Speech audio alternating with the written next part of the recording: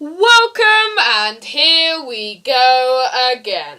Now today, I'm going to be taking a little look at Doctor Who Series 11 once again, and today I'm going to be looking at Alan Cumming, who recently announced that he would be, or sort of slipped, that he was on the Homo Sapiens podcast, that he was going to be appearing in Doctor Who Series 11. Now, it's been a while since he announced this, so apologies, it's taken me a couple of weeks to do this video due to various reasons.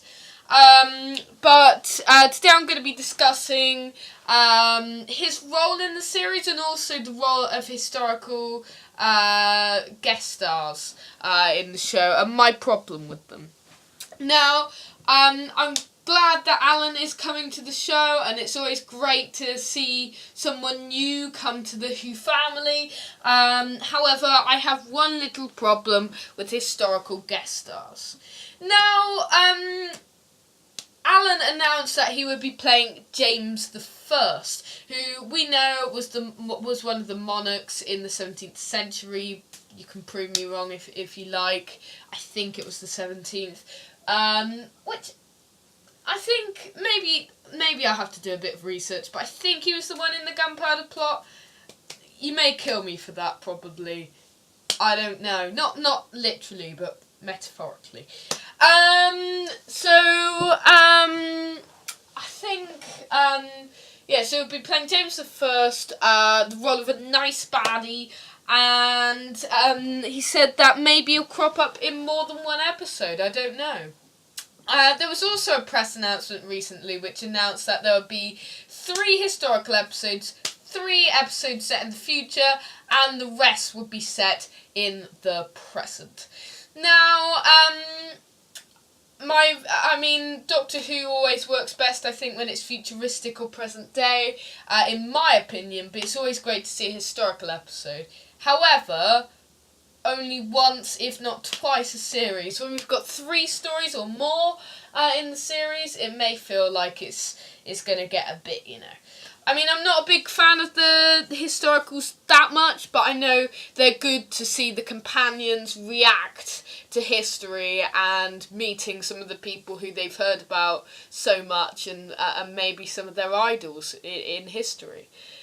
We know that James I shall be appearing in Series 11, played by Alan Cumming, and we also know that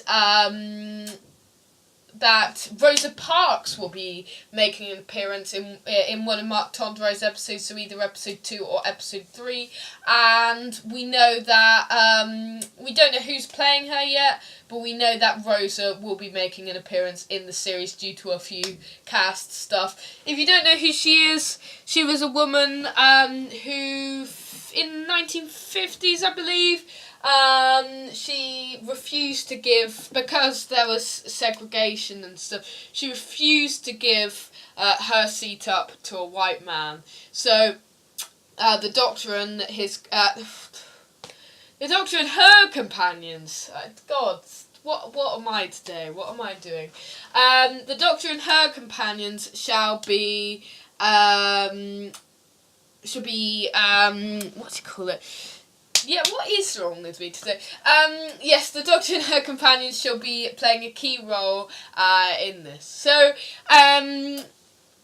we've got those 2 episodes, and also there's one set in India as well, according to the press report from the Mirror, who we can't always trust, but we can sometimes trust.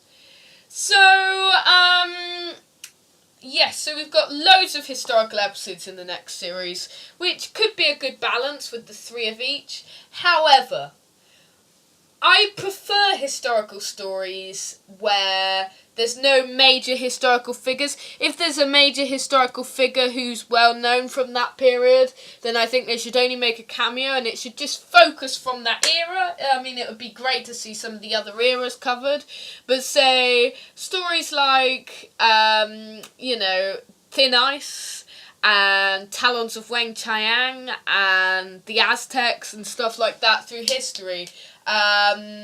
They've just been so good.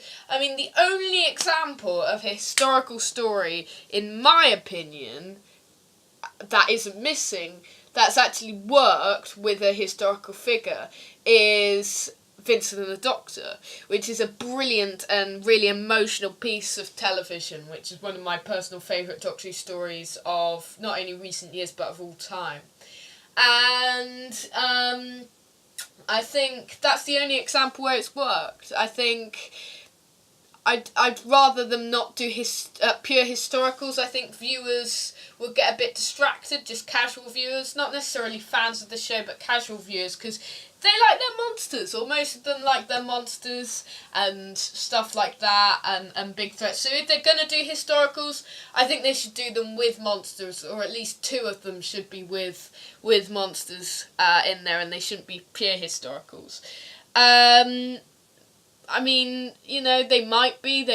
I mean, Doctor Who may go back to its roots of being more educational, like Sydney Newman wanted it to be, but, you know, I don't know if that would work in the present day. I don't know whether people would be interested in seeing that, but if Chris Chibnall wants to do that, it's his show, and, I mean, although I've got some doubts about that happening, I think there could also be some upsides, and if he's trying to go back to the show's roots, then that's brilliant. Well done, Chris Chibnall. Thank you for tuning in today. What are your thoughts of historical guest stars and stuff like that? So, you know, people like Agatha Christie and Charles Dickens and, you know, William Shakespeare and people like that. And what are your thoughts of Alan Cumming being in Series 11 as James I? Leave your comments below. We've got Sport Relief coming later this week, which means there's a big live stream. I'm going to be promoting that on Thursday before the big live stream on Friday. So, thank you for watching today. I will be back on Thursday or Friday, whenever, for Sport Relief related things. So make sure you don't miss that. Thank you for tuning in today. Please like and subscribe, and I'll see you all next time. Same space. Goodbye!